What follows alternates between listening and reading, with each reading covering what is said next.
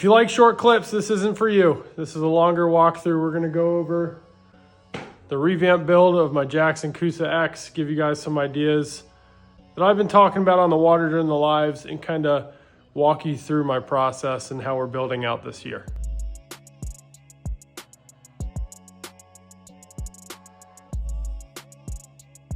As you guys know, or most of you know, I use the Jackson CoosaX.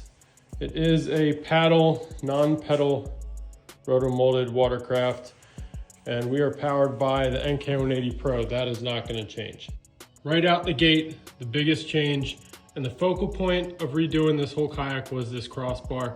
And all this is tri-track from the Jackson NAR that our good friend Rudy sent us, and then some Yak Attack quick detach bases and 90 degrees. With the content, 99% of my video comes from this, the Insta360 X4. I have that stagger mounted off of the rails because I'm gonna trim it.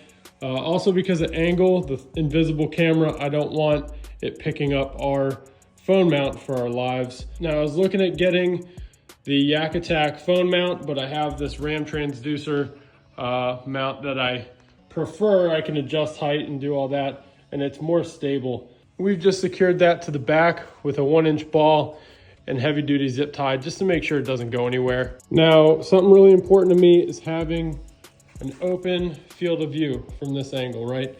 I like my net to be mounted on the front here, and I fish shallow and I fish sitting. So I need a clear casting lane right here.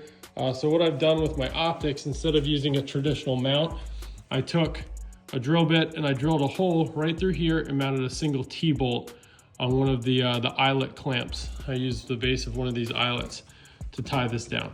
And the reason I'm doing that is with the mount, it's gonna put it up another 3 or 4 inches. And ultimately, when I'm casting or dragging something over the grass, my rod tip is gonna hit it, right? And when I'm pulling my net off of roto grip right here, I don't wanna hit it by chance, lifting it up. I don't want any difficulty. So we lowered this down to the same height it was when it was on a ram mount off this rail right here.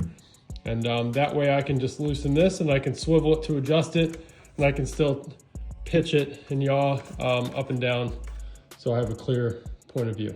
Some of you probably saw this. This is the Sand Shark dock strap. I use this for dragging, for pulling, obviously for securing my kayak, and that's just looped over on the front handle. But what I also am going to use this for is a stand-up assist strap. So if we're sitting in the kayak like this, it's right in front of me. I can grab it, it's stretchy, and I get leverage off the crossbar here to stand up. So 90% of the time though, this is gonna be tucked away like that in the middle, out of my way.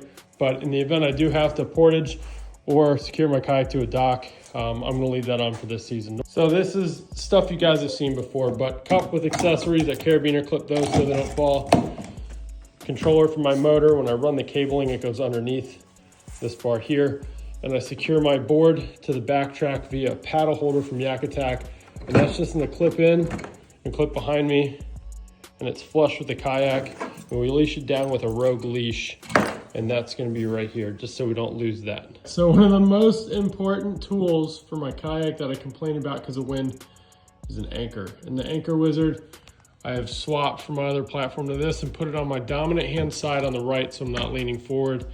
And how we're running this is low to the track via Yak Attack eyelet into the pass-through that Jackson has integrated into the CoosaX that is going to bring it all the way out here and dump out right on the front. Now as for the anchor itself, I used the Bomb.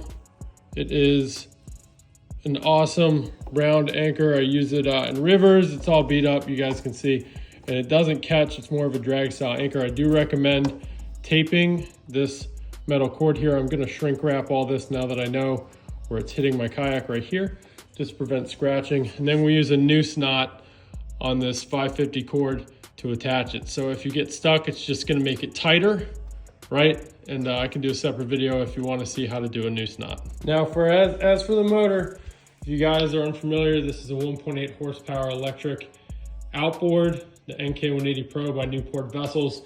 And this is a plug and play into my black pack right here.